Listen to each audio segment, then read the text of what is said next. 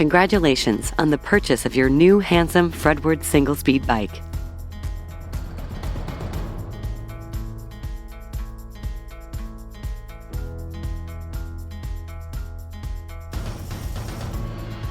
Let's open it up and see what's inside. You should have a small box of parts and a partially assembled bike. Using a scissors, carefully open up the box at the seam. Inside the small parts box, you'll find a saddle, a seat post, pedals, a bag with reflectors, pedal washers and end tips, a front brake cable, and a straddle cable. Using a bike stand, secure the back wheel in place. If you do not have a bike stand, we encourage you to find a friend to help keep your bike stable. Now let's go ahead and carefully remove all the packaging on your new bike. After removing the packaging, it should look something like this. Using a 4mm Allen wrench, remove the stem faceplate.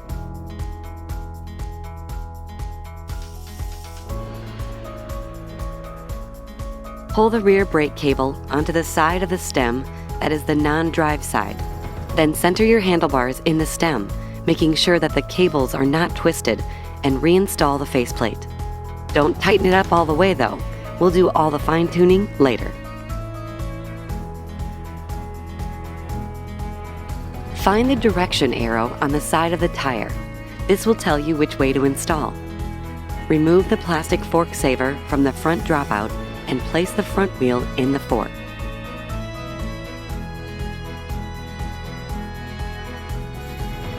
Center it by using the small hole in the fork crown right above the tire. Using a 15mm wrench, finish tightening the bolts.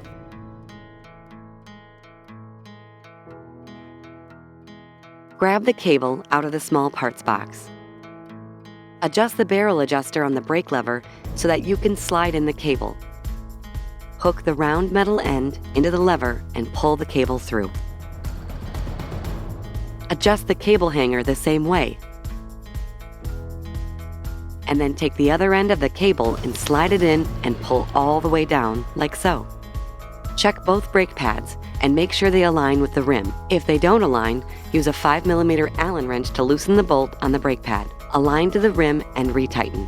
Now we're going to fit the straddle cable into the cable hanger. Slide the cable through the yoke and feed into the non-drive side brake arm, and hook the round metal end of the straddle cable into the drive side brake arm. Pull the brake pads close to the rim and make sure the cable is tight and free of slack. Using a 5mm Allen wrench, tighten the outward-facing bolt on the non-drive side brake arm and clip the slack, leaving an extra inch. Place the metal casing at the end and pinch with the pliers to secure in place. Adjust to the proper alignment by adjusting the spring tension on the side of the brake with a 2mm Allen wrench. Your brakes shouldn't feel too tight or too squishy, and both pads should hit the rim at the same time. Pedals are left and right specific, so make sure you install the right pedal on the right side, the drive side, and the left on the non-drive side. Grab the lubricant, put one pedal washer on each side, and then put a small dab on the end of the pedal threads. This next part is very important. Before you install, please note that the right pedal is regular threaded and the left pedal is reverse threaded. Now grab a 15mm wrench and install the pedals. If you encounter significant resistance or the pedal does not seem to be going on straight, back it off immediately and start again. You can also install the pedals by simply backpedaling the bike. Thread each pedal until completely tight with the wrench.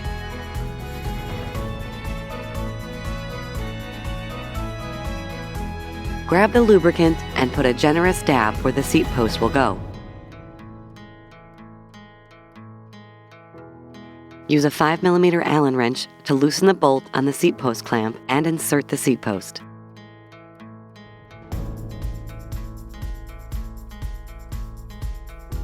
Grab a 6mm Allen wrench and loosen the bolt of your seat post.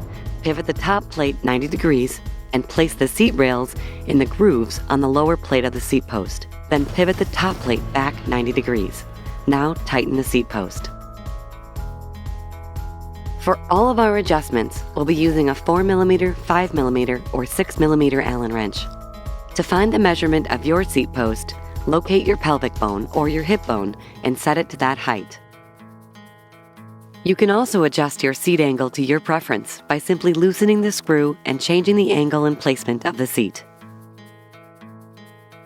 Stand over the bike, taking hold of the handlebars. Loosen the faceplate bolts so that the bars can move. Adjust them to your preference and secure the bars by tightening the bolts on the faceplate. Make sure that the bars are still centered in the stem. We can now adjust the angle of the brake and shift levers. Loosen the bolts on the underside of the brake and shift levers. They should be easy for you to reach while you are riding your bike. So just as you did with the handlebar, you can play with their angle so that they feel most comfortable to you. Once you have them set, retighten the bolts on the underside of the levers. One last check to make sure everything is centered and aligned. Be sure to go through and continue to tighten each bolt until fully tightened with the wrench.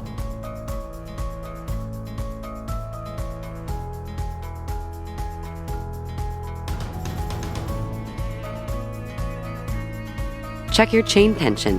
The chain should not have any slack, but the crank should pedal around backwards freely. If more tension is needed, you'll loosen this bolt here. Pull back on the wheel and retighten the bolt. Now it's time to pump up those tires to 85 psi. Remove the dust cap, spin the nut counterclockwise, and press with your finger to break the air seal. We suggest keeping your tires at 85 psi at all times, as it will decrease your chances of getting a flat.